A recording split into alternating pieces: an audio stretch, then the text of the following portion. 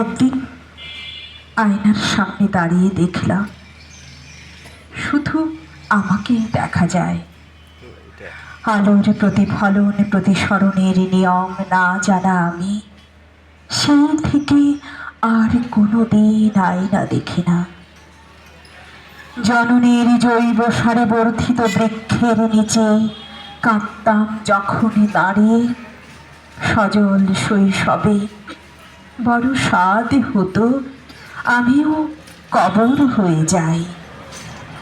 বহুদিন হলো আমি সেরকম কবর দেখি না।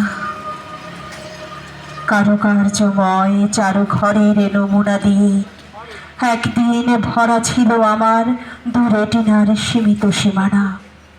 অথচ তেমন কোনো সীমাবদ্ধতাকে আর এখন মানি না।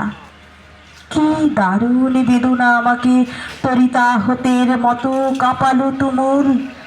ক্ষরণের লাল স্রোত আজ জন্ম পুরোটা ভেতর উল্টে পাল্টে খেলো, নাকি অলক্ষ্যে এভাবেই এলোমেলো আমাকে পাল্টালো নিপুণ নিষ্ঠায়।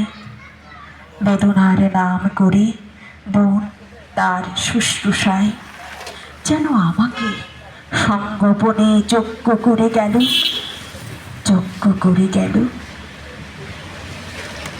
ধন্যবাদ। ধন্যবাদ। হেলাল হাফিজকে দিয়ে আবৃত্তি শুনলাম।